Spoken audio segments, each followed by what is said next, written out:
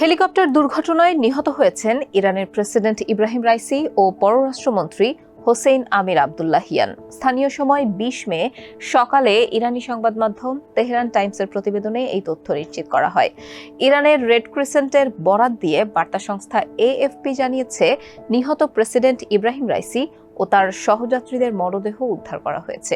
এখন উদ্ধার কার্যক্রম বন্ধ ঘোষণা করা হয়েছে। নিহতদের মরদেহ তাবরিজে স্থানান্তর করার কাজও শুরু হয়েছে। রাইসি নিহত হওয়ার পর এখন প্রশ্ন উঠেছে, ইরানের পরবর্তী প্রেসিডেন্ট কে হবেন? ইরানের সংবিধান অনুযায়ী দুর্ঘটনায় রাইসি মারা গেলে তার পদে বসবেন বর্তমান প্রথম ভাইস প্রেসিডেন্ট মোহাম্মদ মোখবার। তবে এক্ষেত্রে দেশটির সর্বোচ্চ নেতার অনুমোদনের প্রয়োজন পড়বে। নিয়ম অনুযায়ী প্রেসিডেন্ট মারা গেলে পরবর্তী ৫০ দিনের মধ্যে নির্বাচনের আয়োজন করতে হবে এবং নতুন প্রেসিডেন্ট বেছে নিতে হবে।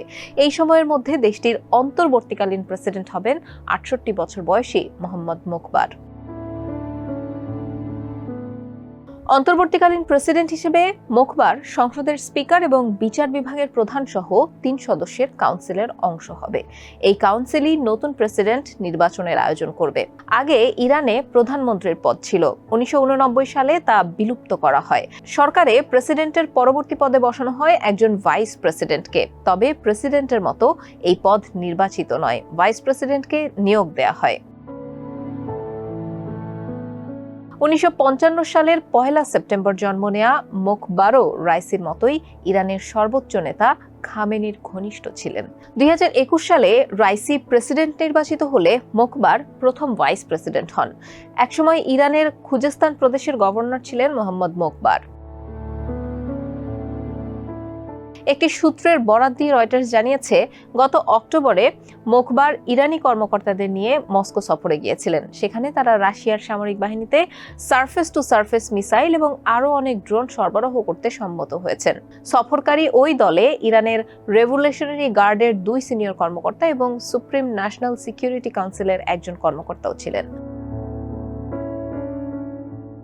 মোখবার এর আগে সর্বোচ্চ নেতার সাথে যুক্ত একটি বিনিয়োগ তহবিলের প্রধান ছিলেন। ২০১৩ সালে মার্কিন ট্রেজারি ডিপার্টমেন্ট সেতাড নামে ওই তহবিল এবং এর সঙ্গে যুক্ত ৩৭টি কোম্পানির ওপর নিষেধাজ্ঞা দেয়। সেতাডের পুরো নাম সেতাদ ইজরায়ে ফরমানে হজরতে এমাম বা ইমামের আদেশ কার্যকর করার প্রধান কার্যালয়, যা ইসলামী প্রজাতন্ত্রের প্রতিষ্ঠাতা খামেনির পূর্বসূরি আয়াতুল্লাহ রুহুল্লাহ খোমেনির জারি করা একটি আদেশের অধীনে প্রতিষ্ঠিত হয়েছিল। এটি ১৯৭৯ সালের ইসলামী বিপ্লবের পর বিশৃঙ্খল বছরগুলোতে পরিত্যক্ত সম্পত্তি বিক্রি এবং পরিচালনা করার এবং আয়ের সিংহভাগ দাতব্য সংস্থাকে দেওয়ার নির্দেশ দেয়। এটা ইরানের অন্যতম শক্তিশালী একটি অর্থনৈতিক কংগ্লোমারেট, যা একটি কর্পোরেট প্রতিষ্ঠানের অধীনে থাকা বিভিন্ন শিল্পগোষ্ঠী। মূলত দাতব্য কাজের জন্য এই প্রতিষ্ঠান বিশেষভাবে পরিচিত।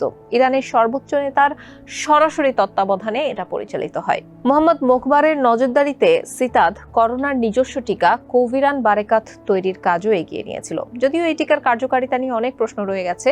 বিভিন্ন প্রতিবেদনে জানা গেছে যে এই টিকা নেয়ার পর নাকি অনেকেই জটিল পার্শ্ব প্রতিক্রিয়ায় ভুগেছেন। ২০১০ সালে ইউরোপীয় ইউনিয়ন মোখবারকে পারমাণবিক বা ব্যালিস্টিক ক্ষেপণাস্ত্র কার্যক্রমে জড়িত থাকার অভিযোগে নিষেধাজ্ঞায় থাকা ব্যক্তি ও সংস্থার তালিকায় অন্তর্ভুক্ত করেছিল। যদিও বছর দুয়েক পর তাকে এই তালিকা থেকে বাদ দেয়া হয়। আজারবাইজান সীমান্তবর্তী এলাকায় একটি বাঁধ উদ্বোধন করতে গিয়েছিলেন ইব্রাহিম রাইসি। সেখান থেকে প্রাদেশিক রাজধানী শহর তাবরিজে ফেরার পথে ১৯ মে সন্ধ্যায় রাইসি ও আমির আবদুল্লাহিয়ানকে বহনকারী হেলিকপ্টারটি দুর্ঘটনায় পতিত হয়। ইরানের গণমাধ্যমের খবরে বলা হয়েছে, ওই হেলিকপ্টারে রাইসি ও হোসেইন আমির আবদুল্লাহিয়ান ছাড়াও পূর্ব আজারবাইজানের গভর্নর মালেক রহমতি ও এই প্রদেশে ইরানের সর্বোচ্চ নেতার মুখপাত্র আয়াতুল্লাহ মুহাম্মদ আলী আলে হাশেম ছিলেন।